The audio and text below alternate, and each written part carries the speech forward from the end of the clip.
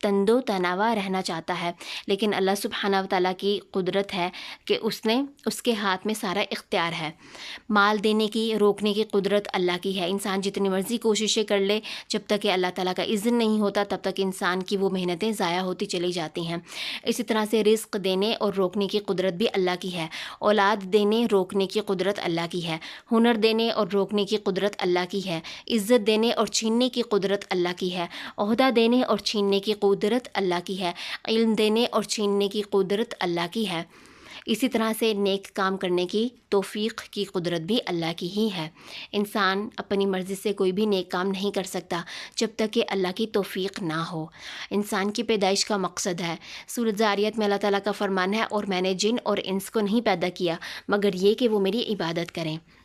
اسی طرح سورۃ الملک میں اللہ تعالیٰ کا فرمان ہے، وہ جس نے زندگی اور موت کو پیدا کیا تاکہ تمہیں آزمائے کہ تم میں سے کون اچھے عمل کرنے والا ہے۔ انسان کی قدرت کو دیکھا جائے تو کیا ہے، انسان جب کچھ بناتا ہے تو اس کو اوزاروں کی ضرورت پڑتی ہے، مختلف تجربات سے گزرنا پڑتا ہے، اور یہ بھی ضروری نہیں کہ ایک چیز ایک دفعہ بنائی تو دوسری دفعہ بھی ویسی ہی بن جائے۔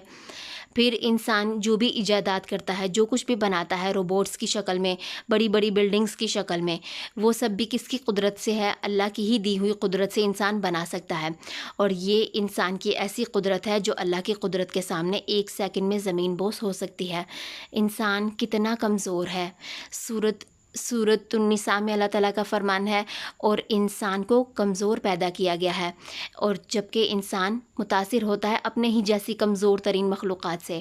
سورۃ الحج میں اللہ تعالیٰ کا فرمان ہے، وَمَا قَدَرُ اللَّهَ حَقَّ قَدْرِهِ، اور انہوں نے اللہ کی قدر ہی نہ کی جیسے قدر کرنے کا حق ہے، بے شک اللہ قوت والا غالب ہے۔ انسان اپنی زندگی کا مقصد پورا نہ کر کے جائے گا بھی تو جائے گا کہاں؟ جانا تو اسی رب کے پاس ہے۔ سورۃ القیامہ میں اللہ تعالیٰ کا فرمان ہے، کیا انسان یہ سمجھتا ہے کہ ہم اس کی ہڈیاں جمع نہیں کریں گے؟ جی ہاں، ہم اس کی انگلیوں کو برابر بنانے پر قادر ہیں۔ جو اللہ کی مرضی کی زندگی گزارے اس کو عزت دینے کی قدرت بھی اللہ کی ہی ہے، دنیا میں بھی اور آخرت میں بھی۔ سورۃ المجادلہ میں اللہ تعالیٰ کا فرمان ہے، لکھ دیا ہے اللہ نے، البتہ ضرور میں اور میرے رسول ہی غالب آئیں گے، بے شک اللہ قوت والا زبردست ہے۔ آئیے بادشاہ کائنات کے ساتھ اپنے تعلق کو مضبوط کریں، جو پوری قدرت رکھتا ہے اپنے اقتدار کے ساتھ، جس کے پاس ہر کام کرنے کی قدرت ہے، اور ہمیں بھی وہی قدرت دیے ہوئے ہے۔ جو کچھ بھی معاملات میں ہمیں قدرت چاہیے تو ہمیں مانگنے پر وہی دیتا ہے۔ سوال یہ ہے کہ اتنی بڑی قدرت والی ذات کو چھوڑ کر چھوٹوں کو کیوں پکاریں؟ چھوٹوں کی قوتوں سے متاثر کیوں ہوں؟ ان کی قدرت کو دیکھ کر متاثر کیوں ہوں؟ چھوٹوں سے کیوں ڈریں؟ آئیے اللہ کو محبت کے ساتھ القادر، القدیر، المقتدر کہہ کر پکاریے۔ فائدہ کیا ہوگا اللہ کو ان ناموں سے پکارنے کا؟ اس کے ساتھ تعلق مضبوط ہوگا، اس کی عظمت دل میں پیدا ہوگی کہ میرا رب اتنی بڑی کائنات کو جس نے وجود بخشا ہے، مسلسل اس کو چلاتا چلا جا رہا ہے، تو اللہ کی عظمت پیدا ہوگی، اور اعمال میں بہتری آئے گی یہ سوچ کر کہ میرا خالق جس نے مجھے میری مرضی کے بغیر پیدا کیا، وہ میرے ساتھ کچھ بھی کرنے کی پوری قدرت رکھتا ہے۔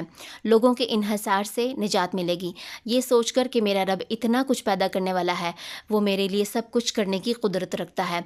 کرنے کے کیا کام ہے؟ اللہ کے قادر ہونے کی صفت کو سمجھنے کے لیے اس کائنات پر غور و فکر کرنا ہے، خاص کر کے اپنی زندگی پر، اپنی تخلیق پر اللہ کی قدرت کو سمجھنا ہے۔ زندگی کے کسی بھی معاملے میں کمزوری محسوس ہو یا کچھ کرنے کی سکت نہ ہو تو اللہ کو اس نام سے پکارنا ہے۔ اپنی کسی بھی صلاحیت یا قوت کو اپنا نہیں سمجھنا، بلکہ یاد رکھنا ہے کہ یہ اللہ کی ہی عطا کردہ ہے۔ دنیا میں کوئی بھی نعمت چاہیے، جیسے کہ اولاد، رشتے، زندگی کے مختلف معاملات چاہیے، تو اللہ کو اس نام سے پکارنا ہے۔ نیکی کرنے کے معاملے میں دھوکہ نہیں کھانا اپنی قدرت سے، بلکہ اللہ سبحانہ و تعالیٰ کی قدرت ہی مانگنی ہے، اس سے ہی صلاحیت مانگنی ہے، توفیق مانگنی ہے، اور مختلف دعائیں پڑھنی ہیں۔ کیا دعا پڑھنی ہے؟ لا حول ولا قوت الا باللہ، نہیں کوئی نیکی کرنے کی یا گناہ سے بچنے کی قوت مگر اللہ کی طرف سے، یعنی نہ تو کوئی انفرادی قوت ہے، نہ ہی اجتماعی قوت ہے، اپنا کچھ بھی کرنے کی قوت نہیں ہے اللہ سبحانہ و تعالیٰ کی مرضی کے بغیر۔ اسی طرح سے دعا کرنی ہے، اللہم اعنی علی ذکرک و شکرک و حسن عبادتک، اے اللہ میری مدد فرما تیرا ذکر کرنے پر، تیرا شکر کرنے پر، اور تیری بہترین عبادت کرنے پر۔ اللہ کی پاکی بیان کرنی ہے اس کی قدرت کو ذہن میں رکھتے ہوئے. سبحان اللہ و بحمدہ، سبحان اللہ العظیم. پاک ہے اللہ اپنی حمد کے ساتھ، پاک ہے اللہ بہت عظیم. الحمدللہ آج کے نام سے آپ نے جو بھی سیکھا ریفلیکشن ضرور شیئر کیجیے. سبحانک اللہم و بحمدک، اشہد ان لا الہ الا انت، استغفرک و اتوب الیک. السلام علیکم ورحمۃ اللہ وبرکاتہ.